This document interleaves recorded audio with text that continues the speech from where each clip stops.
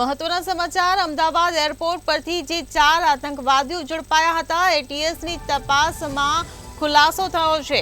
તો એટીએસે ઝડપેલા આતંકવાદી મામલે તપાસમાં ખુલાસો થયો છે। 4 આતંકવાદી કે જે અમદાવાદ એરપોર્ટ પરથી ઝડપાયા હતા ત્યારે એટીએસ તેની તપાસ કરી રહી હતી અને એટીએસની તપાસમાં મોટો ખુલાસો થયો છે। 4 આરોપીના ગુનાહિત ઇતિહાસ ધરાવે છે। નફાન ગોલ્ડ અને ડ્રગ્સના સ્મગલિંગમાં આરોપી સામેલ હતા। એટીએસની તપાસમાં આતંકવાદીઓને લઈને ખુલાસો થયો છે। નુસરત 38 વખત ભારત આવ્યો હતો। તો આરોપીઓ ગોલ્ડ અને ડ્રગ્સ સ્મગલિંગમાં જોડાયેલા હોવાની વિગતો બહાર આવી છે। તો અમદાવાદ એરપોર્ટ પરથી જે 4 આતંકવાદી ઝડપાયા હતા તેને લઈને અમદાવાદ એટીએસ તપાસ કરી રહી હતી ત્યારે આ તપાસમાં કેટલાક ખુલાસાઓ થયા છે।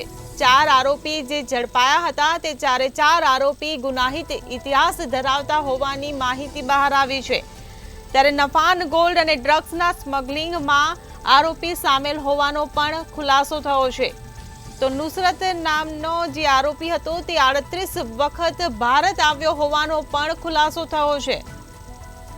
આરોપીઓ ગોલ્ડ અને ડ્રગ્સ સ્મગલિંગમાં પણ જોડાયેલા હતા તેવો પણ આ એટીએસની તપાસમાં સૌથી મોટો ખુલાસો થયો છે।